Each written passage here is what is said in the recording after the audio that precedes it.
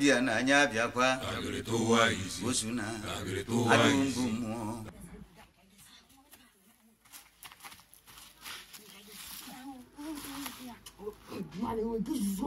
Ada mau mati kata ya. Ada dong mau non, ada. Kakak sih, ama bulan so. Oh dia, udah gue mangkuk beli asyik.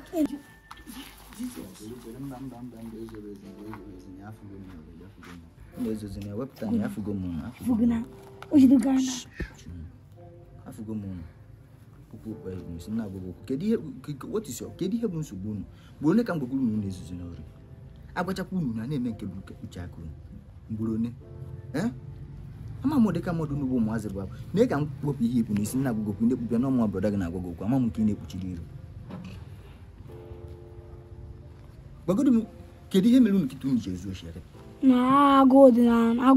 And obodo doesn't ma. Agode obodo dey zema marriage we na ezuri. Onwulu lide bagodu mi ihe izi te kita no onwulu ki fe onwulu ihe onwulu lide na ife izu kita. Obeli ife kita ogwu. Ina agbali nje. Agogo mu mgburone mo ne ka mma gwu na izuri a ga-enyelu n'aka. Ị na-ezuri na amaghị onwe gị. Mgburone. Ife a bụ nje, ị na-agba nje na-akpaghalị ọgba nje onwe afọ gị ka ị na-ata. Obele afọ ya atata ụtọ imebezi ife adịrị gị na mma. Ịbịaza na-ezu ohi na-amaghịkwa onwe gị n'elu nke dịbu adị nke na uru. Ọ bụghị uru. Agbakpọ m unu mgburone ma ọ na-ezuzu n'ohi. Ịnụ ụwa inwe ike ihe nwe ego ozugbo. Ị na-agbagodo mbọ na-akwụba aka gị ọtọ nwebere oge ife emepe ịtacha afọ ikwesị ka ịta abụ nje gị gbacha ịnọrọ onwe gị ife agabala gị ọfụma ịpụọ ndụ inwe ego ị na-enwezi aṅụrị mgbe ị na-ezu nka na nka nke ori efu ị na-ezu kịta na ọmarịcha gị efu kịta ife ezibere gị ike nje ga-esi ihe nne nje ga-ebu ebu ịtazi afụfụ karịrị nke ikwesị ka ịta mọdị na-ezu ohi adịm ị na-ama ikwu onwe gị ọgbọle dị ma afụ gị na-ebu ibu nye nne jikwa na-agwụ na ihe a maka kama unu mechakwa enu mana kama dịkwa o nwere ife ndị oyibo na-akpọ the law of kama ọ dịkwa ọkwunu mara amala maka na ife unu zu kịta gwefere ego a unu erikwa na ego a na-ejidekwa unu amakwa m ihe njekwa otu ankwuru ya mmekwuzi ọzọ fonu unu chịkọta ma ife unu zukọtara gị je echichara na ya ndị nwe ya unu mara otu nsogbu site si n'otu aje gasakwa ya unu erikwa na unu elekwa ọ bụ na nke unu na-emebu mbụ ba ama ha maka mkpọ ya na-ama ha unu nke a unu erikwa nye nwekwa na ihe unu wepụrụ na ihe otu nsu site sikwa na otu nsu weta ya weghachi na ebe a maka the law of kama ka unu malụ nke unu na-aya ụmụ ibe anyị ekene ụnụ ụmụ ibe ụnụ afụgo n'ihe ha iji ekwu ihe ha na-ekwuchi ji efo nwanne ụnụ nwoke nọ nso na-ekene ụnụ dịka anyị si kwuo the consulting manager and CEO of Yon Business Consultant. Ụnụ laa anya na ihe a ụmụnne anyị na-ekwu all those things anyị na-ewetara ya ụnụ ka anyị nwee ike ịkọwara ndị be anyị what is wrong ihe na-eme na be anyị criminality bụ consequence of something. Fraudulent is a consequence of something. Don't go there. Don't ever go there. Everybody not here. We talk about ILO UWA. Now, let's really bring the meaning of ILO UWA. Kai wetero na ihe ILO UWA na-ekwu maka ya. ILO UWA na-ekwu maka the law of karma. Why? Because ọ na-ekwu maka reincarnation. Reincarnation na-ekwu maka rebirth, not birth, but rebirth.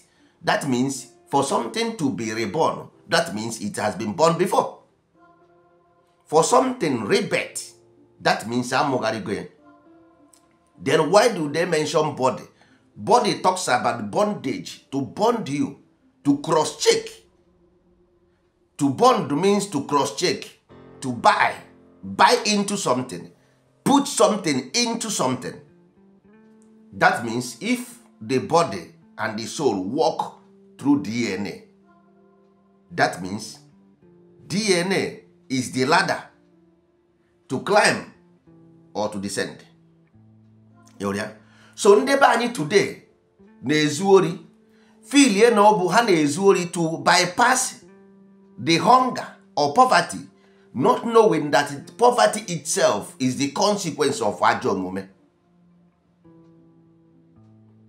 Hunger itself is the consequence of the one he made before, or izuru before. Starvation is talking about amuga ibara before. Famine is talking about hipoasi before. It's what you, because so now we're talking about future and the past. Because rebirth is talking about future, which is carrying the genetic DNA of your old information. So if you think that criminality will remove you from poverty or from starvation, no. You are increasing your debt. It's just like ị gara na bank biri ego, you cannot pay, you consolidate your debt to begin to pay again. But the one you consolidate, have you forgot? Ichefugo na nke aha ka dị there. Nwanne, ihe anyị na-ewetara n'ugwu Igbo philosophy. We are going to disintegrate all information about Igbo culture. ILO UWA is very, very important in Igbo culture.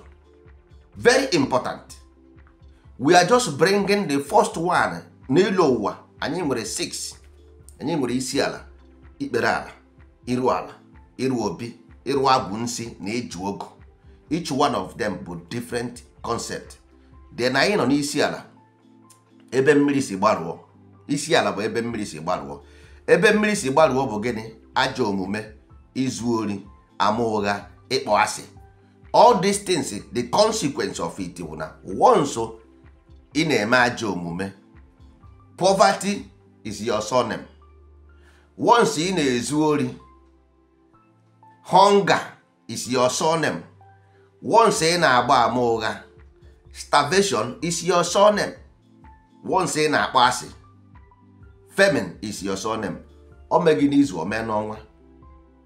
Ndị Igbo sị na ọ bụghị mbọsị nwatakịrị wụfuru mmanụ ka a na-eti ihe na ọbọsị wụfu ogiri akwụ. Ị nwere ike isi na yahoo na-enwe ego. Ọ gwara last life ka ọ ga-ata ahụfụ ya na ehe. So next one o nwere ike last life ya ọ bụ ezigbo mmadụ. Ọ bịa na this life soro ndị ọgbanje akpa nkata chọba onye a ga-ebu ọba n'akụkọ. Ịghọtago? So akụkọ ọ bara n'akụkọ, mgbe ọ bara n'akụkọ ụnụ amazighị na ọ bago n'akụkọ. Ọ bịazie ka ọ convince ya ụnụ wuji akụkọ ọ bara. Ndị ocho ngalaoko, ndị okoto oburu, the four victim.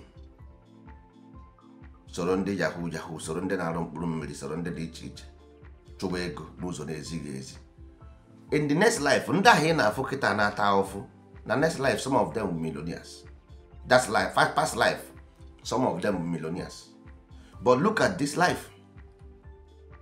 You will say it every day. Ọ bụrụ na this thing bụ true, why nọ ndị yahoo ji egbu ozu? Why did? Yes, but ndị ahụ ị na-afụ na-ata ahụfụ now, they were once big men na last life. Ha gburu ozu na last life. Ndị ahụ ifuru now, they were big men. If you don't know Igbo, I will explain to you. Igbo na-asị gị ntọala. Why eji wekpọ ntọala? Igbo sị gị ama igwe. Why eji kpọ ya ama igwe? Because we use physical. Ile anya n'eluigwe, ị ga-afụ anyanwụ, fụ kpakpando, fụ ọnwa. Ị gaghị afụ agwọ. Ị gaghị afụ any dangerous animals there. But on earth, ị ga-ahụ ndị na-ajụ ochi, ndị ji egbe, agwọ, agụ, akpị. Enweghị ihe ị gaghị afụ, ngwongwo na ngwongwo juru ebe a. But n'eluigwe, sọsọ ihe ịtọ ka ịfụrụ dị. Kpakpando, anyanwụ na ọnwa, nothing more. So that is to show you na ebe ihe na-eme, ebe anụnwa anọ, nwanne, okoto oburugo ihe. Ebe a bụ ogwu. Ebe anụnwa ị nọ, o nwere mmọnwụ ndị Igbo na-akpọ odogwu anya mmiri. Ebe a bụ ọdọ ogwu. Ihe ọ sọkwara ihe sire gị n'ike. Ihe ọ sọrọ ihe sire gị n'ike. There is only one chance in life. That chance ogene, have a skill, sell your skill and get money from that your skill.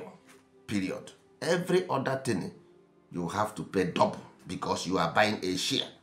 Word is a stock place. If you do anything, you are buying a stock. And if you buy a stock, you must pay for the stock you buy. Ya dụrụ na mụmụ ibe.